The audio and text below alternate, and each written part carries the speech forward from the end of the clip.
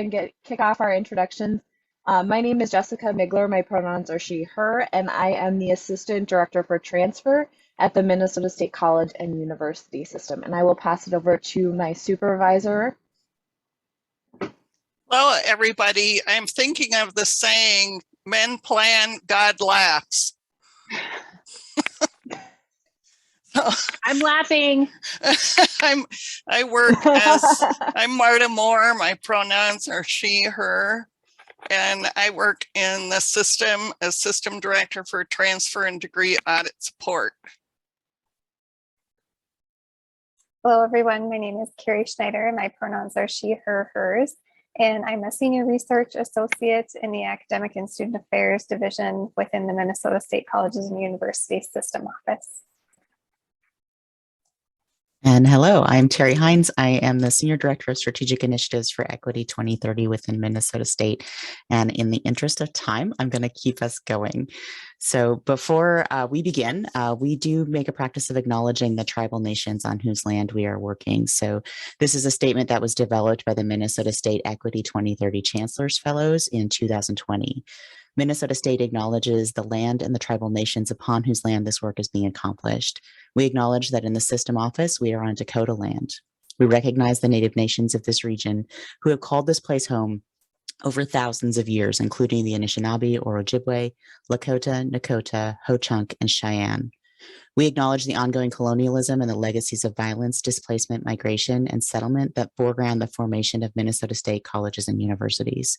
We commit to advancing critical efforts to understand and address these legacies, including the larger conversation of reparations, repatriation, and redress that are urgently needed for the scope of ethical acknowledgement to begin in earnest. So our presentation today really consists of about four main parts. And in part one, we are going to describe the context of what was happening at Minnesota State, at our colleges and universities, that led to the development of the student story focused on transfer that we're going to show you a little bit of. We'll then sort of show you parts of that story. We'll introduce you to Isabella. And it's a shortened part of the story that we developed so that you can see an example of what we did. The full presentation is about 45 minutes when we do it for our colleagues, so we couldn't do that and tell you about how we got there along the way. We'll then share some resources and suggestions for how to develop your own student story for use in your setting. And then lastly, we'll share the lessons that we learned based on our experiences in developing our student story and presenting it to stakeholders to maybe help you avoid some of the pitfalls that we ran into. So in 2019, Minnesota State set a really critical goal, and that was to increase the rate of credential completion for first-generation students, low-income students, Alaskan Native, Asian, Black, Hispanic, Indigenous, Native Hawaiian, Pacific Islander, and mixed-race students at every Minnesota State college and university by the year 2030. And that lofty goal was established so that we could really focus on eliminating what are some of the largest and most longstanding equity gaps in the nation within our state.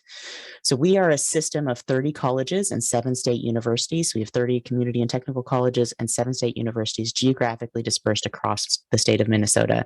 And we serve the largest number and proportion of historically marginalized students of all other institutions in Minnesota combined. So we know that these historically marginalized students are disproportionately represented in our transfer system. So many of them started our community and technical colleges with the intentions to transfer. This is not news to anybody if you've been paying attention to other sessions throughout the conference. And many of them don't realize that goal. So we really saw an opportunity to contribute to the elimination of our equity gaps in completion by focusing on improving transfer within our system. But we kind of were struggling with the how. Hello, everyone. Our work on improving transfer has been a goal in the state of Minnesota since our system was formed in the 1990s.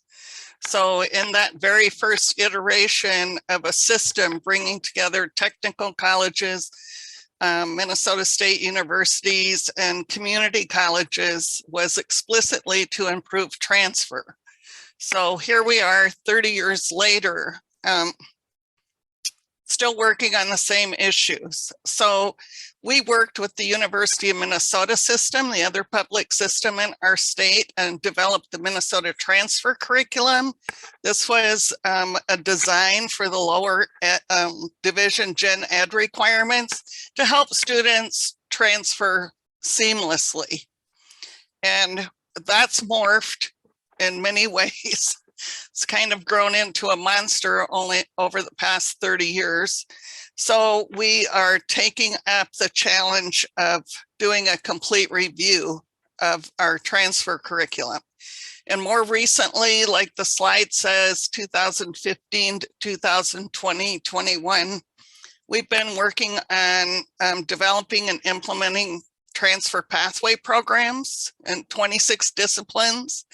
We've now just started into the evaluation process. We did a pilot evaluation of 4 of the pathways last spring, and we are on a schedule to evaluate all of these pathways and try to improve them. I think that will wrap up in 2024. So in April of 2019, our Board of Trustees approved expenditure of about $2 million to bring the graduation planner and schedule builder project on board for our 30 colleges and 7 universities. We've been involved with the Tackling Transfer Grant with the Aspen Institute, HCM, and SOVA. And in our group, it was Minnesota, Texas, Virginia. So we had some financial resources and strategy assistance to try to improve transfer. We had a transfer champions group, which had several presidents in it, and their job was to advocate for transfer students, to talk more about it in every venue where they had an opportunity. So our point is, we've been doing a lot to try to improve transfer. And despite these efforts, it just doesn't feel like we're moving anywhere. So one thought was that people weren't engaging with the information because it's maybe too abstract. It didn't tell the story of why, and why we needed to do this work to improve transfer. And somebody was supposed to click something here. Oh, so this is just an example of how we were presenting data. So this was our Tackling Transfer project, pretty, and here are our transfer goals. And then here's another version. So what we're thinking is these are pretty dense slides, a lot of information, kind of maybe goes over people's head. So for your own reflection, does this look familiar to ways you have seen data presented, and maybe you've created slides like this? So what we're trying to bring to you today is the process we went through and why we latched onto the story of Isabella. So we took a couple of pages. We decided to really incorporate the belief in the philosophy of evidence-based storytelling into our transfer data and how we talk about transfer within our system. So we borrowed some pages from the United Way. They have a campaign called ALICE, which is Asset Limited, Income Constrained, and Employed, as well as an example from the George W. Bush Foundation for their inaugural Stand 2 event a few years ago, which included a white paper called I'm a Post 9/11 Student Veteran. And those were our examples as we said, okay, how do we really bring this to life? How do we create a hypothetical student that we could then follow through her transfer journey as a way to highlight the barriers that many of our students encounter? And we were pretty intentional that we didn't want to feature the story of a specific student. We didn't want to have a spokes student that was going to be telling their story. There is definitely a role for testimonials and direct student voice in informing our work. We need to be engaging with our students and having them participate both in telling their stories as well as in interpreting our data. But any given student is only going to be able to tell their story. And what we really wanted to be clear about was that this wasn't an isolated incident. This wasn't a single student's journey necessarily. we really wanted to focus on the system and the obstacles that are in place within our system in a way that would draw some different attention. Because we also know that we have a really understandable tendency to want to focus on the accomplishments of our students instead of examining where we have obstacles that we've put in their way. So we really thought about how do we use the student's story to really highlight those systemic barriers that we've put in students' way. So we also thought pretty carefully about how we name our student. Minnesota as a state is pretty geographically and ethnically diverse. I think that's true of many states in our country. But the distribution of our diversity is pretty uneven across our state. Our Twin Cities metro area has a much higher representation of new Americans, recent immigrants, and refugees from a wide variety of cultures and countries. Greater Minnesota has a larger proportion of Hispanic students, and we didn't want the majority of our colleges and universities to dismiss our story by giving our student a name that they might never encounter on their campuses. And we also wanted to make sure that the name that we gave our student was going to resonate with specific data points that we used to talk about transfer within our system. So we wanted to have that correlation between the data that we're showing and the student story that we're telling.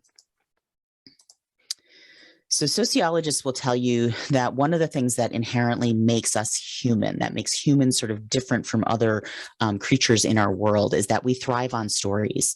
Our oldest cave paintings tell stories of peoples in times past, and cultures around the world have a really rich oral tradition that tell parables and tall tales, and those carry not only history, but also morals. So stories are one of the oldest and earliest ways that we think about and learn things, and they're really surprisingly sticky. We remember things that are told to us as stories better. They evoke a connection and an emotional response that really sticks with us over time. So we wanted to really get our audience to remember and act on the barriers that our students encounter. And any good English teacher will tell you that what makes a good story is a good plot line. My sister is an English teacher in high school, and she would be very remiss if I didn't talk about story structure and story plot lines. So stories have characters, and along the way, they have adventures or they have goals that they want to achieve, and they face some kind of conflict, some kind of barrier that may seem insurmountable. But because we love most of all happy endings, they persevere and succeed. So we took those lessons of storytelling to heart when we created our student story. And for our story, the plotline that really was the most obvious to follow was the journey our students take from the time they enroll through the time that they hopefully graduate. So we're going to turn things over to Carrie and Jessica, and they're going to present a shortened version of our Isabella story for you all now. All right, everyone. So I'm going to start by saying, before we get into the presentation, I just want to tell you a little bit about the story that we're trying to tell. So Minnesota State is a system made up of both colleges and universities. And so the purpose of this presentation was to explore how students navigate through that system within our college and university system. So our focus is on students transferring from one of our community colleges to a university within the system. And logic says that should be a simple process, right? And it's not. And so this is kind of telling the story. So we'd also like folks to keep in mind that this shortened presentation is not going to have the emotional impact that our larger presentation does. I included a link in the chat to our Equity 2030 full Isabella slide deck if you want to take a look at that. That presentation itself is over 40 minutes, and so it does get into, you know, a little bit more background. So all of the composite Isabella is pulled directly from surveys and focus groups of students from around our system. So everything that you'll see in this presentation that Isabella faced is something that one or more of our students have directly said that they encountered. So with that said, today we will introduce you to Isabella, who is a hypothetical Minnesota State student. Isabella is a mother coming back to school after an extended absence. She had completed one semester at a private not-for-profit and picked up a couple courses at a Minnesota State community college and a border state community college over the years. She previously wanted to get a nursing degree, but has changed her interest to social work. She completed a couple pre-nursing and a few other general courses before her kids were born 8 years ago. Isabella knows that there is a Minnesota State College nearby and thinks she can go to classes there if she can figure out how to while still caring for her children and working enough to make ends meet. Spoiler alert. Isabella's story is a success story. She's one of our students who starts at her local community college, transfers to a university, and earns her bachelor's degree.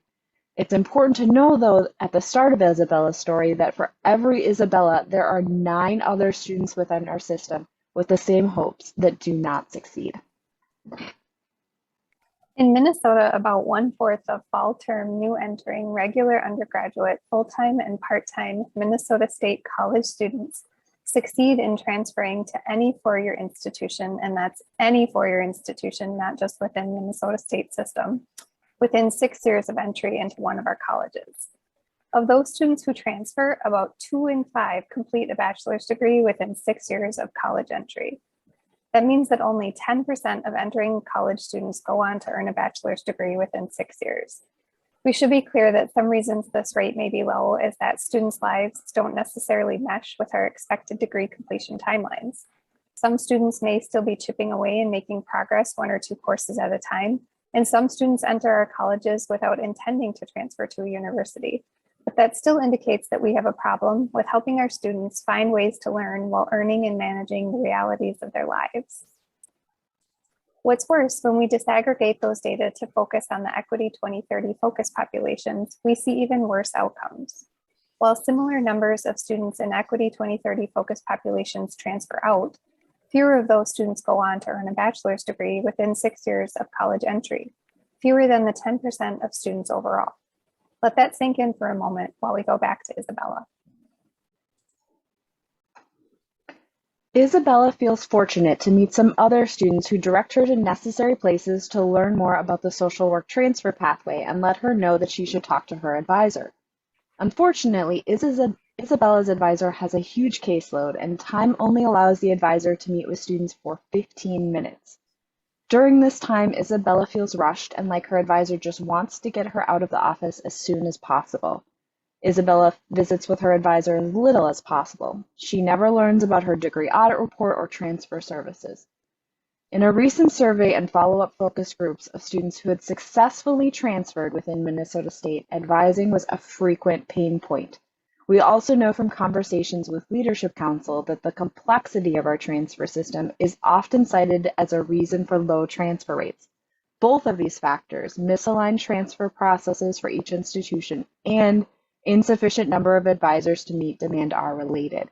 Reducing the complexity of transfer within Minnesota State would make it easier for advisors to meet the needs of students. So on the next slide, what you're going to see is a screenshot from the system that we use for course equivalency public display. Some of you may also use Transferology. This is exactly what Isabella would see if she was looking to see how her credits transfer. Many Minnesota colleges and universities, public, private, nonprofit, and private for-profit, have entered equivalencies for more courses from Minnesota State colleges than Minnesota State universities.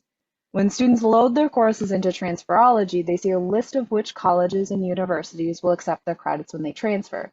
The list shown on the slide is for a hypothetical student who has completed the business transfer pathway, which is a common transfer pathway across our Minnesota State colleges and universities.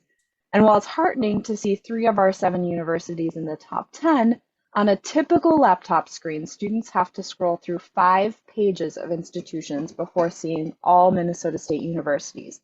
In those pages, they see 5 other universities that will accept more of their credits, including one in Wisconsin. For students like Isabella, who can't simply move to another city in the state, options may be even fewer and less ideal. She may not want to lose 10 to 15% of her credits by transferring to a Minnesota State university near her, and she may instead look for options at for-profit online institutions. Data shows that students of color are more likely than white students to consider for-profit institutions, which may not ultimately be in their best interest. Minnesota State universities that do not have course equivalency information entered into Transferology make it harder for students who want to continue their education.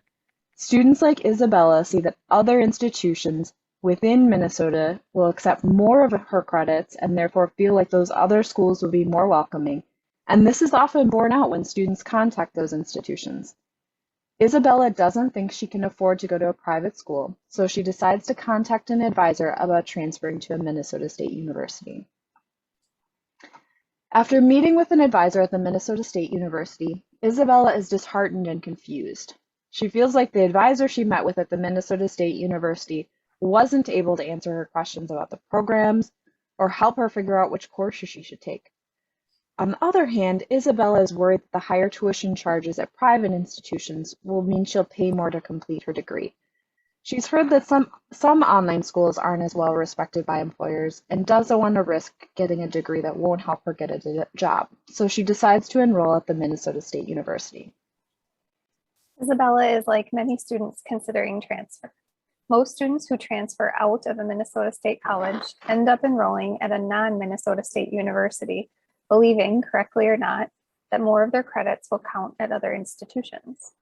If we look at transfer more broadly to include all non-high school students who attend our colleges, about 20,000 students across our 30 colleges transfer to a four-year institution.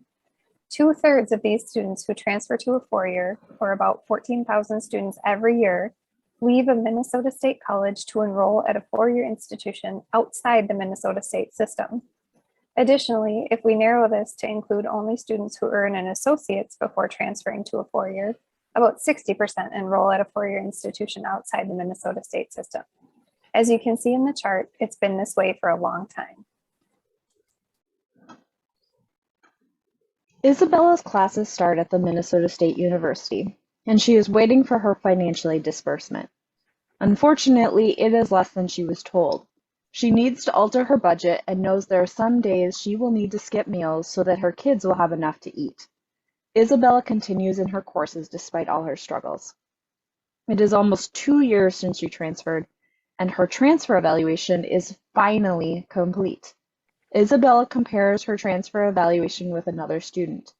They both took courses at a college, but the other student got credit for one of her courses in her major, and Isabella did not.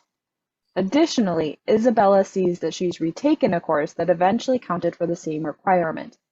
These courses cost her $1,600, which would have allowed her to better meet the needs of her family without sacrificing meals. Faculty and departments who refuse to establish standard course equivalencies or who insist on individually evaluating every course for every student create barriers that cause many students to face real consequences and sacrifice money and time that could be spent supporting their families. Inconsistencies in how courses or credits are evaluated contribute to an uneven playing field, allowing some students to progress only with more expense and greater barriers than others, despite having achieved the same learning outcomes. Common course numbering would go even further, ensuring a truly seamless pathway for students no matter where they start. So, despite all the barriers she had to overcome, Isabella has finally completed her bachelor's degree successfully. But I think her story has highlighted why we need a group of champions to help us put a spotlight on all the barriers we put in Isabella's way. Isabella is a success, but I'm not sure that we can say we are. So with that, we conclude our shortened version of the Isabella presentation. You can see the whole thing, like I said, in the link that I provided in the chat. But we're going to move on to what made the story of Isabella effective. So when we started out, we weren't sure that this story would be effective. We just wanted to try something that might stick with people a little more. So it might be the same for many of you who work for big organizations, but we're always talking about everybody works in their own silo and there isn't much crossover and you don't really know what people are doing in their particular silo. So we stepped out of our silos. So Carrie joined us from the research unit. Jessica and I work in the transfer unit, and Teri is with equity and inclusion unit. And we just, I don't know if you got us together, Teri, but we got together and said, what can we do? And Teri told us about Alice and the United Way approach. So we started creating the story of Isabella, and we centered it on the student experience, and it did elicit a response. So the few of you here with us today who aren't from Minnesota State, if you can imagine how you'd feel if this slideshow was about your organization, it did grab people's attention. So we got feedback like, let me tell you, I was Isabella, or I just met with Isabella this morning. Isabella created a connection and an emotional response that seemed to stick with people. So we started almost immediately getting more and more requests to do this presentation. The story drives home an understanding of the multitude of barriers that our students can face. So we have another little reflection here. And so some of you who were able to join us in this meeting, we just wanted to hear a little bit from you. What are some of the thoughts and feelings you had listening to Isabella's story? And maybe you could share those with us in the chat function. Once we started presenting Isabella's story, our momentum has increased. We've had multiple ongoing requests to do this presentation, and that's continuing even a year later. New groups are coming together from across the system to work on improving transfer. We're not sure exactly how this happened, but we do have a leadership council of all the presidents from our 37 institutions, and they formed themselves into leadership action teams. And now there's one for transfer and organizational change.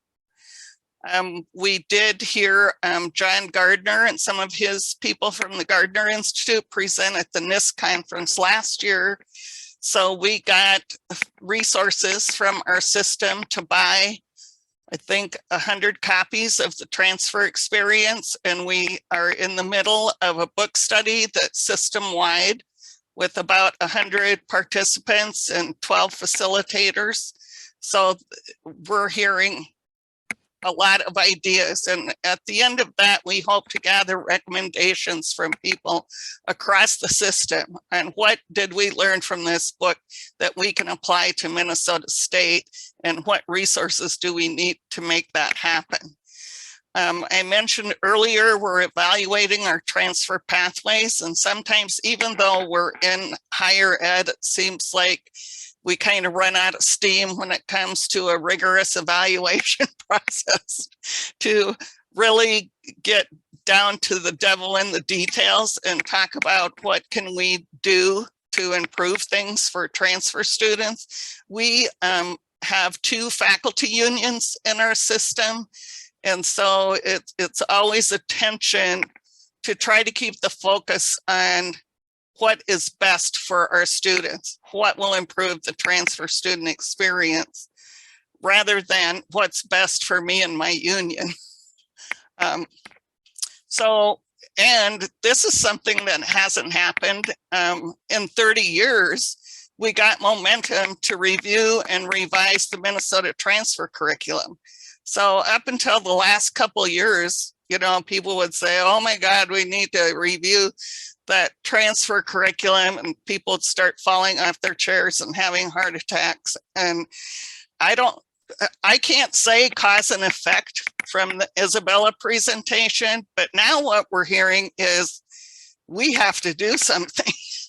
But we can't let this go on. You know, this has been too long. And the students also have associations, the college students and the university students, and they're in many of our meetings, so they have heard this.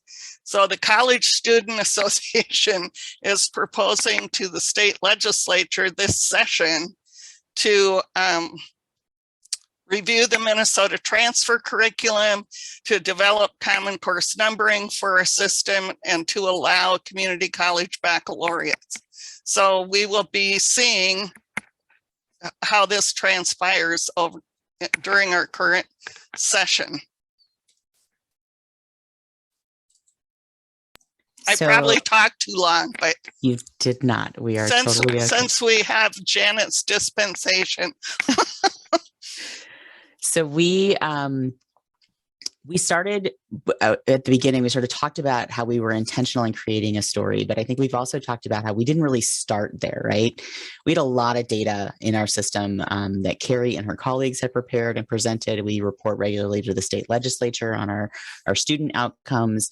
We had survey and focus group data that Jessica and one of our colleagues in student affairs, Paul Shepard, had helped gather and collect. And we knew that when we looked at all of that data, that it pointed to particular problems and areas and obstacles. We'd had lots of conversations about those data previously, but it wasn't sticking. People they would sort of look at the data and they would say, yeah, we have to do something, but the conversation sort of seemed to fizzle out after that. So we really wanted something that could become a common reference for our internal conversations. And Marta mentioned that when we frequently heard people talking about knowing Isabella when we present her story, but it really does go beyond that. I've heard people refer to Isabella, later in conversations as sort of that common touch point when they're talking about barriers that students have faced. And I don't think that would have happened if we didn't ground our data ground our story in our data. Like, we had to start by knowing what our data said, by knowing what our students were experiencing, and then use that as the basis, right? If we'd simply sort of created this hypothetical student story out of thin air, we would have been challenged at every step. We would have been, people would have said, well, that's just anecdotal, or that's just your opinion, or that's not representative. So it really is the combination and the connection between our data and the story that we created that I think are one of the most important parts of telling an effective data and evidence-driven story like this. So when you're doing this on your own campus, right? So you're looking at what we've done and you're like, wow, that's great. How do I do that with my data?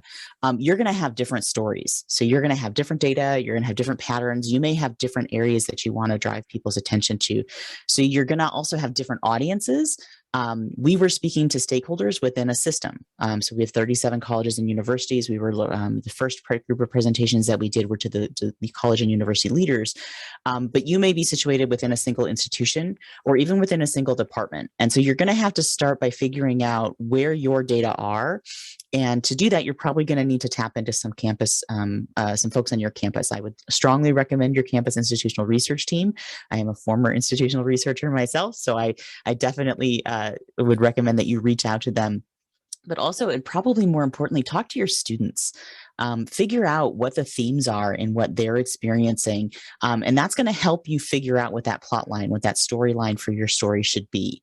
The student journey is a really obvious one, right? We're all in higher education. Our students are kind of, there's a start and an end, but it's not the only story that we can tell. So if you're trying to tell a story about the need to incorporate prior learning assessment or broader learner recognition for working adult students, your story may start and in fact end in their workplace. So you want to put yourself in the shoes of your protagonist that you're creating and follow the path that they point you down. You really want to kind of look at the data, start there, figure out where are the barriers, where do you want to get people to focus on, and then develop your story around those conversations that you want people to have. So collaboration is really the key, right? So one of the things that we learned, and I wouldn't say we learned it the hard way, but we probably kind of stumbled sideways into it, is really that you need to branch outside of our own narrow lanes and our silos. We really, we needed to bring together the pieces that we're all doing in order to come up with this compelling story. And Marta asked if I was the one who pulled this all together, and I wasn't. There was a project manager in our academic and student affairs office that said, we have to do a presentation on our transfer progress and where our barriers are. And can you help us figure out how to incorporate Equity 2030 into that? And I was like, sure, but I'm not the one who has the data. We need Carrie and we need Jessica and Marta from Transfer to really pull this story together. And we kind of came into it unintentionally, and we found a way that worked. And then we had all the data and we were able to look at that and then created the story to fit the data. And so I would really strongly advise people to, instead of starting with a story in your head, right? Like, don't look at Isabella's story and say, wow, I want to tell Isabella's story. Start with the data and then figure out what your data are saying, and then bring in the people who can help provide that context and tell the story effectively and truthfully, right? You don't want to get into a situation where you're saying more than your data can withhold. Jessica mentioned that every single thing that we mention in Isabella's story, we can back up, right? It's either something that we heard from our students or it's backed up in the data. But one of the things that's challenging about this approach and that we learned is that when we focus on this student story and trying to sort of tell a narrative, there's not a lot of place to describe the nuances, right? The details. When we look at the data and the charts, they're all based on different student groups and time periods. So when we're talking about Isabella, we're sort of pulling sample data from across a lot of different groups of students. And that meant that we didn't stop in the middle of telling the story to say, well, this is from this group of students that, were enrolled on this date, and this is their outcomes by this date. But we really had to kind of downplay that. We have it all. We definitely have all of that backup data. Carrie does a great job of making sure that we know what we're saying, and she help us, make sure we're not saying something that isn't true in our presenting our data. But we didn't highlight that, and we typically would have. So a lot of the reason that we end up with some of those really overwrought slides is because we want to put in all of those details and caveats. But that's not what we needed our audience to focus on or understand. We really needed them to focus on where are the barriers and how do we address the barriers. And that's so we didn't want to bog them down with that. So that's another piece to sort of know in ahead of time. If you're an institutional researcher, you're going to have to kind of tone back a little bit of that. I want to put in the caveats. I want to put in all the nuance and focus instead on the student story. And I think that focus idea is also worth drawing out a little bit more, because we knew we had to draw people's attention to the pieces that were the most important. There's a lot of data in that. If you go back or if you look at that full Isabella presentation that Jessica linked to, there's a lot of data still presented in the Isabella story. But there were only pieces of it that we really wanted to try to draw people's attention to. So we added circles to the data tables. We figured out ways that we were going to highlight specific information to get people to focus in the story that we were telling. And that's just one of a lot of many, there's a lot of visual display techniques that you can use to sort of emphasize specific pieces of data while still showing the whole chart, the whole picture, right? Because you want to make sure that people recognize that you're not just cherry picking, you're just trying to draw their attention to the part that's important for the story you're telling. And you can be upfront about that, right? Say there's a lot more in this data. There are many stories that are supported by this data, but right now the story that we're following is this one, and this is the data that's important to support that story. So one lesson we learned is expect defensiveness. So we have a group, a system-wide council called the Transfer Governance Team, with the members are representative of the different unions and working groups in our system. So we get people saying, well, that doesn't happen on my campus.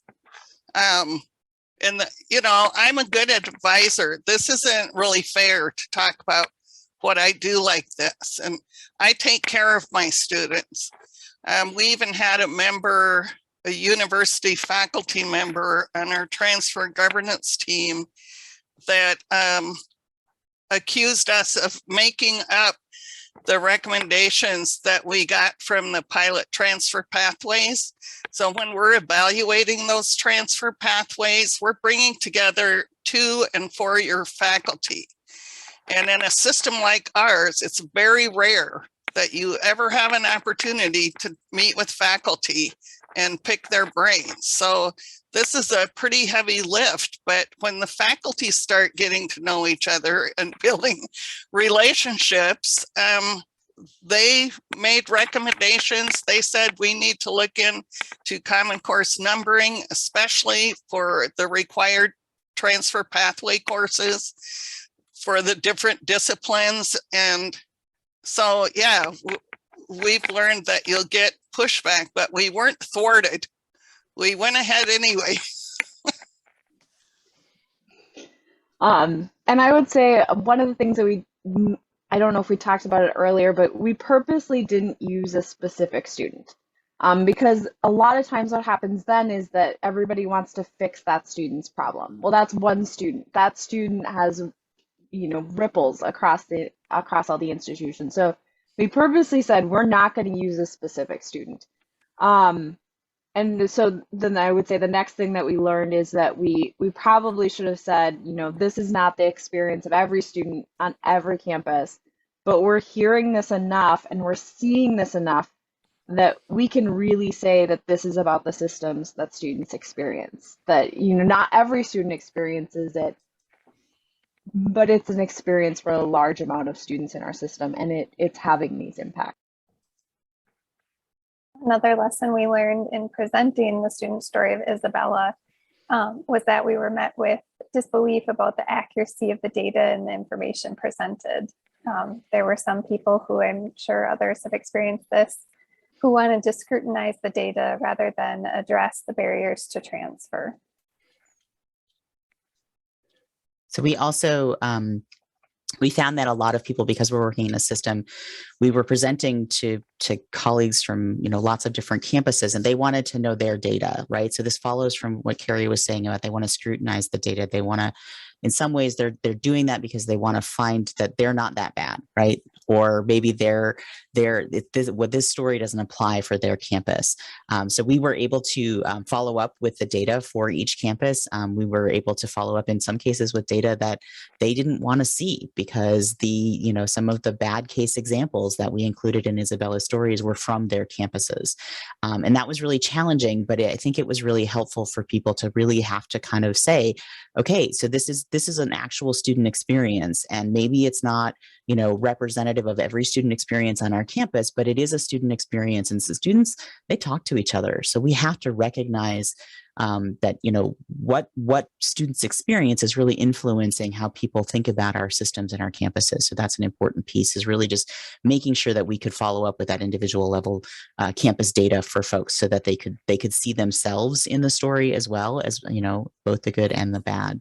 And then Marta's already touched on the fact that we've done this presentation several times over the last year.